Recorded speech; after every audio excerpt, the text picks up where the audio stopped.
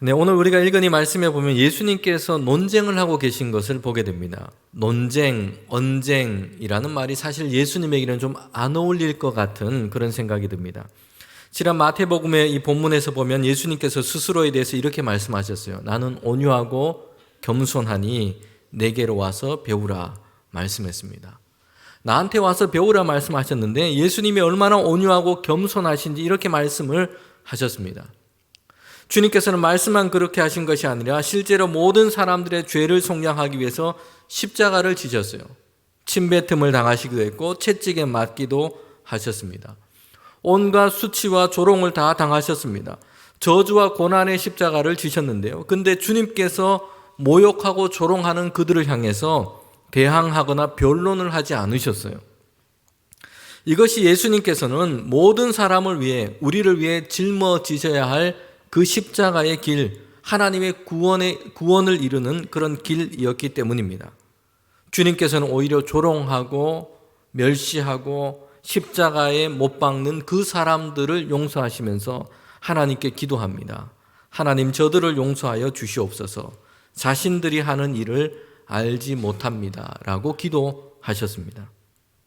그런데 성경에 보면 오늘 본문에서 예수님께서 논쟁하는 그 언쟁하고 있는 것을 우리는 보게 됩니다. 이 본문은 특별히 그 사건 중에 한 가지 중요한 사건입니다. 바리새인들과 안식일에 대한 논쟁을 하신 것입니다. 이 사건뿐만 아니라 예수님께서 논쟁했던 그 부류의 사람이 있는데 주로 바리새인들이었습니다. 바리새인들에 대한 예수님의 어떤 실망과 화가 얼마나 큰지 보여주는 부분이 있습니다. 마태복음 23장에 보면 23장 한 장 전체를 통해서 지금 예수님께서 바리새인들을 책망하시는 것을 보게 됩니다. 그 성경책 한 장은 짧지도 않습니다. 1절부터 38절까지 됩니다. 성경에 어떤 사람을 대해서 이렇게 책망으로 성경 한 장 전체를 할애해서 적는 경우는 잘 없습니다. 예수님의 이 책망은 조근조근하게 말씀하시고 타이르는 정도가 아니에요. 마태복음 23장에 보면 그들을 향해서 화를 쏟아내시는 것처럼 그렇게 말씀을 하고 계세요. 예수님이 보여주시는 다른 모습과는 아주 대조적인 그런 모습을 보여주고 있습니다. 성경에서 이 바리새인들은 율법에 대한 학식이 많은 사람이었습니다. 일반 유대 군중들에 비하면 신앙과 종교적인 열심도 대단히 컸던 것으로 그렇게 보입니다. 율법을 공부하고 아는 것에 그치지 않고 그것을 지키려고 노력도 했어요. 예배를 잘 드렸고요. 헌금 생활을 잘했습니다. 율법에 대한 정한대로 구제도 했습니다. 사실 그렇게 보면 칭찬할 만하지 않습니까? 축복을 받아야 할 것 같습니다. 오늘 우리가 생각하는 신앙이 좋다, 신앙생활을 잘한다 라고 우리가 생각하는 기준으로 본다면 정말 바리새인들은 신앙생활을 정말 잘하는 사람들입니다. 아마 우리 가운데 이런 사람, 바리새인 같은 사람이 있다면 분명 주변에서 이렇게 얘기할 겁니다. 야, 정말 너는 신앙생활을 잘하는구나. 나중에 정말 너는 목회자가 돼야 되겠다. 아니면 또는 너는 정말 우리 교회 일꾼감이야. 너 같은 사람이 안수집사가 되고 장로가 되어야지. 아마 이렇게 다들 얘기를 할 것입니다. 그런데 어찌 된 일인지 예수님은 이 바리새인들을 향해서 크게 책망하고 계시다는 것이죠. 왜 그렇습니까? 그들은 하나님이 원하시는 삶의 모습과는 반대로 지금 살고 있기 때문입니다. 겉에 보이는 행동과는 그 모습과는 다르게 그 마음에는 하나님을 향한 참된 관심이 그들에게 없었기 때문이에요. 높은 자리에 앉고 지도자로 칭함받기를 좋아합니다. 스스로 높이는 일에 관심이 있습니다. 그래서 마태복음 23장에 보면 주님께서 그들을 향해서 반복적으로 하시는 말씀이 있어요. 외식하는 자여라는 말씀입니다. 그들을 책망하시면서 화 있으신 저 외식하는 자여 라고 말씀하세요. 23장 이 전체에 보면 5번 이상 동일한 말씀이 나오고 있어요. 예수님께서 바리새인을 책망하신 이유입니다. 그들에게 예배가 없어서가 아니에요. 종교 생활을 열심히 안 했어서 아닙니다. 그들의 겉모습은 누구보다도 열심히였고 경건해 보입니다. 그런데 외식함이 문제였습니다. 겉모습은 하나님을 잘 믿는 것 같은데 그 속 사람, 그 마음은 전혀 그렇지 않았다는 것이요. 그들의 생각과 마음에는 하나님을 향한 참 신앙이 없었던 것입니다. 그런데 그들은 율법을 낭독하는 것으로, 율법을 준수하는 것으로, 종교 예식에 참여하는 것으로 마치 신앙이 좋은 것처럼 그렇게 보여주고 있는 것입니다. 사실 남들에게 보여주기 위해서 위장하는 것도 있습니다. 그런데 실제적으로 더 많은 바리새인들은 그렇게 하면서 자신이 정말 신앙이 좋은 사람이라고 자신들 스스로 생각하고 속고 있었던 것입니다.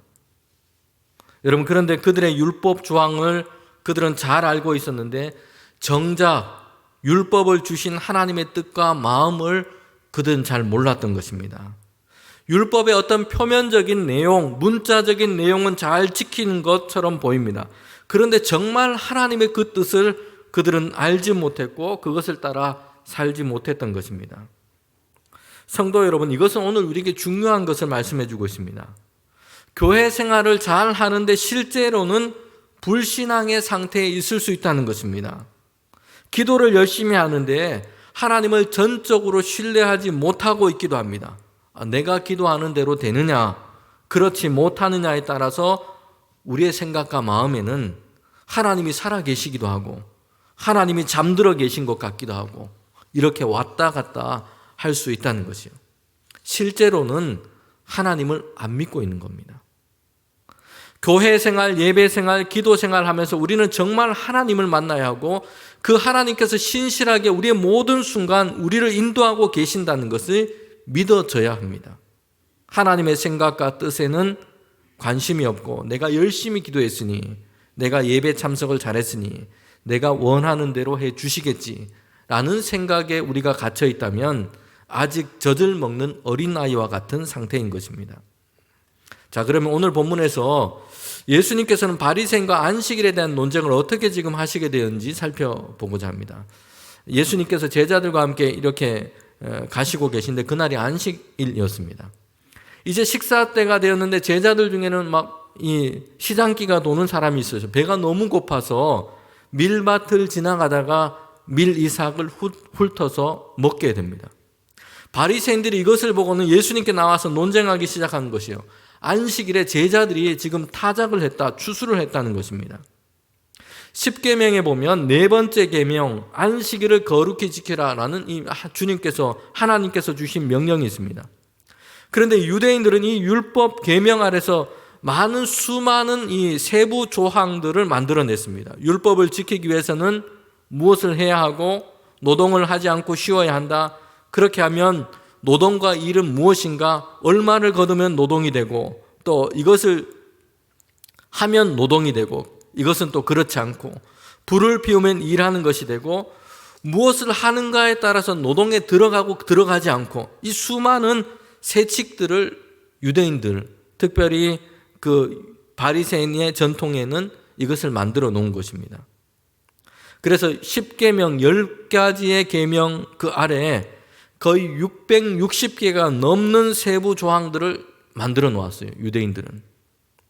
그리고 안식일을 지키라라고 한 이 하나의 규정 아래는 39가지가 되는 노동과 일, 여기에 대한 수많은 금지 규정들을 만들어 놓았던 것입니다. 여러분, 얼마나 열심입니까? 하나님께서 주신 그 계명을 따라 살겠다고 꼼꼼하고 세부적인 것들, 행동 규칙들을 다 만들어 놓았습니다. 그런데 오늘 본문에서 우리가 알 수 있는 것이 있습니다. 왜 하나님께서 그 백성들에게 이 계명을 주셨는가? 왜 율법과 규례를 주셨는가? 하나님께서 이것을 주신 이유와 목적이 무엇인가? 하나님의 뜻과 그 정신이 무엇인가에 대해서는 생각하지 못했던 것이에요. 규칙을 지키는 것에만 관심을 둔 것입니다. 하나님께서 규례를 주신 것과 이것을 통해 이스라엘 백성 가운데 하나님께서는 무엇을 이루고자 하시는지, 하나님의 뜻이 무엇인지 그들은 깊이 생각하지 않은 것입니다. 그 규례를 통해서 하나님께서 하시고자 하는 것이 무엇인지 그 목적과 정신에 대해서 그들은 관심을 잃어버린 것이에요. 바리새인들은 규례와 규칙은 많이 만들었는데 더 중요한 하나님의 뜻과 이것을 주신 목적이 무엇인지 거기에 대한 생각과 관심을 잃어버린 겁니다. 이 고국을 떠나서 이 외국 생활하는 분들은 이 한국 음식을 많이 또 그리워하고 생각을 많이 하게 됩니다. 집에서 어머니가 만들어 주신 음식, 그리고 고국 땅에서 한국에서 즐겨 먹었던 음식들, 이런 것들을 그리워하고 생각을 많이 합니다. 고국 땅에서 나는 채소, 식재료로 해서 만들어 먹는 음식들을 그렇게 해서 먹고 싶고 그렇게 하기도 합니다. 저도 해외에서 생활을 한 때가 있었는데 칼국수가 그렇게 먹고 싶은 거예요. 그래서 이 만드는 도구들이 잘 없으니까 밀가루 반죽을 했는데 보온병을 가지고 막 밀가루 반죽을 밀어서 칼국수 면을 만들어서 기어코 만들어 먹기도 했습니다. 이민 생활을 하는 분 중에 이런 에피소드를 들은 적이 있습니다. 이분이 정말 멸치가 그렇게 먹고 싶은 생각이 들었어요. 그래서 한국에 있는 친정 엄마에게 전화를 했습니다. 멸치를 보내달라고 이렇게 말씀을 드렸어요. 그러자 이 친정 엄마가 멀리 이국 땅에 생활하는 고생하는 그 딸을 얼마나 안쓰럽고 또 그립기도 합니까? 그래서 전화를 끊자마자 곧장 시장에 가서 가장 좋은 멸치를 사서 손질을 했습니다. 그리고 딸이 빨리 받을 수 있도록 멸치값보다 더 비싼 항공 화물로 해외로 그렇게 보내게 됐어요. 며칠 후에 딸에게 전화가 왔습니다. 엄마, 소포가 왔는데 열어보니 어떻게 된 것인지 멸치 대가리하고 똥만 들어있어요. 엄마가 실수를 한 거예요. 막 딸에게 막 서둘러 이 멸치를 보내야 되겠다라고 막 생각을 했는데 마음이 급해서 잘못 보낸 겁니다. 손질을 해서 따로 버리려고 모아놓은 멸치 대가리와 멸치똥을 포장해서 항공 우편으로 보낸 겁니다. 여러분, 지금 바리새인이 하고 있는 실수가 이런 것이에요. 안식일을 지금 지키려고 규정을 잔뜩 만들어 놓았습니다. 그리고 그 규정을 살피는 것이요. 그 규정을 가지고 사람들을 막 판단하고 지키는 것입니다. 안식일 규정을 잘 지키고 있는가? 그 규정대로 지금 하고 있는가? 이렇게 지금 하고 있는 것이요. 그런데 정작 안식일 규정을 내세웠는데 안식을 잃어버린 것이요. 오늘 본문에 뒤 이어지는 이 사건이 있는데 이것을 잘 보여주고 있습니다. 예수님께서 안식일에 회당에 들어가셨는데 회당의 율법을 강론하는 그런 곳입니다. 회당은 안식일에 사람들이 그 율법에 대한 강론을 들으려고 많이 모였습니다. 그 사람들 중에 이제 예수님을 고발하려고 하는 사람이 있었어요. 함정에 빠뜨리려고 하는 사람들의 무리가 있었습니다. 그 회당 안에 있었던 사람 중에 손 마른 사람이 보입니다. 예수님께 그를 가리키면서 예수님께 지금 묻는 것이요. 오늘 안식일인데 이 사람의 병을 고치는 것이 옳습니까? 라고 물은 것입니다. 지금 이 예수님을 함정에 빠뜨리려고 하는 사람들은 분명 예수님께서는 저 사람을 고쳐주실 것이라고 생각하고 있는 것이요. 일부러 고발하려고 예수님을 시험하려고 지금 그렇게 하고 있는 것입니다. 마태복음 12장 11절부터 13절에 보면 예수님께서 이렇게 말씀하세요. 예수께서 이르시되 너희 중에 어떤 사람이 양 한 마리가 있어 안식일에 구덩이에 빠지면 끌어내지 않겠느냐? 사람이 양보다 얼마나 더 귀하냐? 그러므로 안식일에 선을 행하는 것이 옳으니라 하시고 이에 그 사람에게 이르시되 손을 내밀라 하시니 그가 내밀매 다른 손과 같이 회복되어 성하더라. 지금 예수님께서 어떻게 하셨습니까? 안식일인데 그것도 율법을 강론하는 회당 안에서 이 사람의 손을 지금 고치신 것이에요. 사람들이 확장시키고 만들어 놓은 안식일의 이 규정을 예수님은 지금 어기고 계신 것입니다. 안식일의 의료 행위, 병 고치는 지금 일을 하신 것이에요. 그런데 예수님은 사람들이 만들어 놓은 그 안식일의 세부적인 그 규정은 어기셨지만 하나님께서 주신 그 안식일의 의미, 안식일의 그 정신을 예수님은 지금 지키고 계신 것이요. 손 마른 사람이 이제 온전하게 되고 회복되는 것입니다. 안식일에 해야 할 것과 하지 말아야 할 것 수많은 규칙들을 사람들은 바리새인들은 잘 알고 있습니다. 그들이 알고 배운 그 규칙에 따라서 바리새인들은 지금 예수님의 그 제자들이 한 행동을 판단하고 있는 것입니다. 안식일에 이삭을 지금 잘라서 먹는 게 타작한 것이고 추수한 것이다. 안식일의 규정에 지금 몇 번째 규칙 이 조항을 너희들이 지금 범한 것이다. 안식일의 규정을 어겼으니 너희들은 하나님 앞에 지금 죄를 범한 것이다. 규정에 따라서 사람들의 판단하는 일을 지금 바리새인들은 하고 있습니다. 그런데 안식일을 주신 그 하나님의 뜻과 생각이 무엇인지를 생각하고 있지 않은 것이에요. 규정과 규칙을 지켰느냐 어겼느냐, 지금 이것을 지금 살피려고 할 뿐입니다. 바리새인들은 하나님께서 사람과 모든 피조물들에게 안식일을 정하시고 그것을 지키게 하신 그 목적이 무엇인지는 생각하고 있지 못한 것이에요. 안식일 규정 지키기에 지금 몰두하고 있는 것입니다. 그리고 이것으로 사람들을 판단하고 정죄하고 있습니다. 그들이 주장하는 안식일 규정은 그래서 오히려 사람들에게 그 안식을 빼앗아 버렸고 규정대로 지키기 위해서 그 마음이 고통스럽고 복잡하게 만들어버린 것입니다. 우리는 신앙생활을 하면서 본질을 잃어버리고 형식만 남게 되는 이 형식주의를 주의해야 합니다. 성경에서 하나님께서는 이스라엘 백성에게 계속해서 경고하시는 말씀이 있어요. 지금 이것을 경고하시는 것입니다. 그만큼 신앙생활에서 우리가 주의해야 할 것입니다. 본질을 잃어버리고 형식만 붙들고 있는 것입니다. 옛날 어느 한 수도원에는 다른 곳에서는 볼 수 없는 아주 신기한 기도의 전통이 있었다고 합니다. 저녁 기도를 시작하기 전에 고양이 한 마리를 예배당 입구에 있는 그 올리브 나무에 묶어놓고 이제 기도회를 시작하는 것입니다. 기도회를 인도하는 이 사제가 고양이를 이끌고 옵니다. 그리고 그 고양이를 오래된 그 올리브 나무 그 기둥에 묶어놓고 이제 기도회가 시작이 되는 것입니다.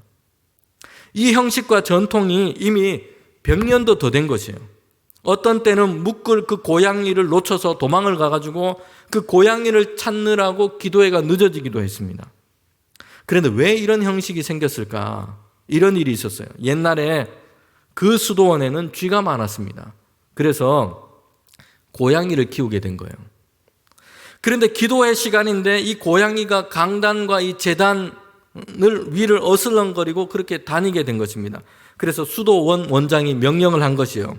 고양이가 방해가 되니까 기도회 시작하기 전에 반드시 고양이를 예배당 입구에 있는 그 올리브 나무에 묶어 놓으라는 것입니다. 그때부터 그 고양이는 기도 시간이 되면 어김없이 예배당 입구 그 나무에 묶여지게 된 것입니다. 그렇게 해서 기도회가 큰 방해가 없이 진행이 된 것이에요. 세월이 많이 흘렀습니다. 나이가 많았던 이 수도원 원장도 죽게 되었고요. 그리고 고양이도 이제 죽게 된 것입니다. 수도원도 잘 정비가 되어서 쥐도 없어요. 그런데 기도회를 위해서 고양이를 구해오게 된 겁니다. 기도회를 시작하기 위해서는 반드시 고양이를 올리브 나무에 묶어놓고 했기 때문이에요. 많은 세월이 지났습니다. 이제 수도원에는 전례와 예전에 대한 이 규범을 작성하게 되었어요. 이 수도원에 내려오는 그 규례, 전례를 위한 그 책을 만들게 된 겁니다. 거기에 이런 항목이 기록되었습니다. 저녁 기도를 올릴 때 고양이를 묶어두는 방법에 대한 규례. 아주 고상한 문구로 이 규례가 작성이 된 겁니다. 사람들은 왜 이 고양이를 지금 기도의 시간에 묶었는지 그 의미를 모르게 된 겁니다. 예전에 했던 규례의 그 형식만 남게 된 것이요. 이것을 안 하면 이상하게 되고 제대로 기도회를 시작하지 못하게 되는 이상한 상태에 놓이게 된 것입니다. 내용은 잃어버렸고 형식주의에 빠진 겁니다. 여러분, 성경에서 이스라엘의 초대 왕이었던 사울이 있는데요. 그는 하나님께로부터 택함을 받은 왕이었어요. 기름 부음 받았습니다. 그는 왕이라는 직책과 직분을 받았습니다. 그런데 점차 하나님으로부터 그 마음이 지금 멀어지게 된 것이에요. 예배도 잘 드렸고 제사도 드렸습니다. 그런데 하나님께로부터 버림받은 사건이 일어나게 됩니다. 블레셋과의 전쟁에서 선지자 사무엘이 하나님께 제사를 드려야 했는데 도착이 늦어지자 사울 왕이 스스로 하나님께 제사를 드려버린 것입니다. 왕에게 허락되지 않은 일이에요. 그리고 또 한 가지 중요한 사건이 있었습니다. 아말렉과의 전쟁이었는데 하나님께서는 그에게 사무엘을 통해서 말씀하셨어요. 전리품을 남기지 말고 진멸하라라는 명령이었습니다. 진멸이라고 하는 것은 하나님께 드려진 전쟁이 되었다라는 것입니다. 그런데 사울은 이 말씀을 듣고도 좋은 소와 양을 남겨놓게 됩니다. 그리고 아말렉의 우두머리였던 그 왕도 살려두게 돼요. 개선 행렬에 그를 세우기 위해서였습니다. 사울은 이렇게 변명합니다. 이 좋은 것으로 하나님께 제사를 드리려고 우리가 남겨놓았다라는 것이에요. 이에 사무엘은 사울에게 이렇게 말씀을 합니다. 사무엘이 이르되 여호와께서 번제와 다른 제사를 그의 목소리를 청종하는 것보다 좋아하심같이 좋아하시겠느냐. 순종이 제사보다 낫고 듣는 것이 순양의 기름보다 낫다. 제사를 드리고 예배를 드리는 것에 지금 무엇이 담겨 있어야 한다고 말씀하고 있는 겁니까? 무엇이 먼저 있어야 한다고 말씀하는 겁니까? 하나님을 경외하고 그 말씀을 따라서 귀 기울이는 그 순종의 마음이 있어야 한다는 것이요. 이것이 없으면 예배와 제사는 내용이 없는 그 형식이 되고 만다는 것이요. 구약의 예언자 미가도 동일하게 이스라엘 백성에게 말씀했습니다. 소도 잡고 양도 잡고 제사를 열심히 드리는데 어느 시대보다 열심히 가장 거대하게 하나님께 제사를 드리는데 무엇이 없다고 말씀하고 있나요? 정말 하나님이 원하시는 것을 잃어버렸다는 것이요. 하나님과 동행하는 것, 하나님의 뜻을 따라서 살아가는 것, 이것을 잃어버린 것이 문제라고 말씀하고 있습니다. 오늘 우리가 예배를 드리고 함께 교회에 모여서 기도하고 시간과 물질을 들여 봉사하고 그 모든 것에 가장 중요한 것이 있다는 말씀이에요. 예수님이 나의 삶의 주인이 되시고 내가 이제 주님과 동행하는 것입니다. 예수님을 우리의 생각과 마음에 그리고 내 삶의 중심에 모시는 이 신앙생활이 가장 중요하다는 것이요. 매일매일 주님 안에서 여러분 살아가고 계십니까? 주님의 뜻을 생각하고 살아가고 계십니까? 매일매일 주님과 교통하고 계십니까? 우리의 신앙생활이 형식주의에 갇혀 있다면 우리는 쉽게 무너지고 말 것입니다. 예수님과 함께하는 참 믿음의 삶을 우리는 잃어버리게 될 것입니다. 하나님의 뜻을 살아가는 참 믿음을 잃어버린다면 모래 위에 세운 집과도 같습니다. 바람이 불고 비가 오고 창수가 나면 그 무너짐이 심하게 될 것입니다. 성도 여러분, 우리는 예수님이 주인된 삶을 살아가야 합니다. 예수님이 중심이 되는 신앙생활을 해야 합니다. 안식일 논쟁에서 예수님은 바리새인들을 향해서 결론적으로 이렇게 말씀합니다. 마태복음 12장 6절부터 8절 말씀입니다. 내가 너에게 이르노니 성전보다 더 큰 이가 여기에 있느니라. 나는 자비를 원하고 제사를 원하지 아니하노라 하신 뜻을 너희가 알았더라면 무죄한 자를 정죄하지 아니하였느니라. 인자는 안식일의 주인이라 하시니라. 여러분, 예수님은 성전보다도 성전의 모든 규례보다도 더 크신 분이십니다. 예수님은 우리가 가진 모든 교회의 전통보다도 관습보다도 더 크신 분이세요. 예수님보다 앞에 세울 것은 아무것도 없는 것입니다. 그렇게 된다면 결국은 내용이 없는, 본질이 없는 형식주의가 되고 말 것입니다. 오히려 참된 신앙생활을 방해하는 규칙이고 다른 사람들을 정죄하는 도구가 되고 말 것입니다. 안식일 규정은 모든 사람이, 모든 피조물이 하나님을 예배하면서 그 안에서 참된 안식과 평안을 얻도록 하기 위해서입니다. 예배는 하나님의 자비하심과 그 은혜를 경험하는 것이요, 그리고 그 은혜로 인하여 이웃을 사랑할 수 있게 되는 것입니다. 여러분, 그런데 바리새인들은 어떻게 되었습니까? 안식일 규정을 가지고 사람을 정죄하고 있어요. 안식일을 잃어버렸습니다. 안식을 잃어버렸습니다. 하나님께 제사와 예배를 드리는데 그 예배가 존재할 수 있도록 하는 하나님의 자비와 긍휼을 그들은 잃어버린 것입니다. 예전에 프랑스의 로렌스라고 하는 이 수사가 있습니다. 이 사람이 전쟁에 참전했다가 부상을 당했어요. 그리고 그는 하는 일이 다 서툴러서 어떤 패배감, 무기력감에 사로잡혀 있기도 했습니다. 그런데 그가 하나님을 경험하고 이제 내가 수도원에 들어가서 일생 평수사로 살아야 되겠다라고 결단을 하게 됩니다. 그래서 거기에 가서 그는 하나님과 깊이 동행하는 삶을 살게 됩니다. 그가 쓴 책이 하나님의 임재 연습이라는 책으로 많이 알려져 있습니다. 여러분, 이 로렌스는 사람들에게 큰 존경을 받게 됩니다. 사람들의 추천으로 평수사로서는 당시 아주 이례적으로 수도원 원장이 되었습니다.